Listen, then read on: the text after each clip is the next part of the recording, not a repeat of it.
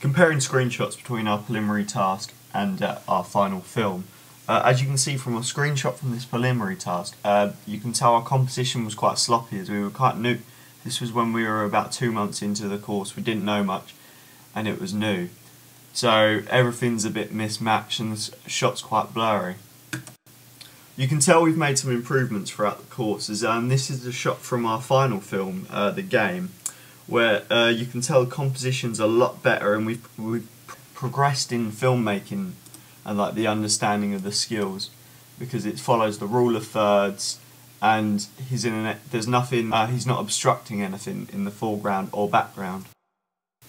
You can tell we were quite novice at the time of our preliminary task, because as you can tell from this shot, the camera's at a slight tilted angle, so it makes the shot look canted. It shows we were quite inexperienced and we didn't have any understanding of the filmmaking process. But this clip did show the use of shot reverse shot. Where in our final film we have made a lot of improvements. As you can tell, the shot is heavily levelled here and even the composition's great in this shot.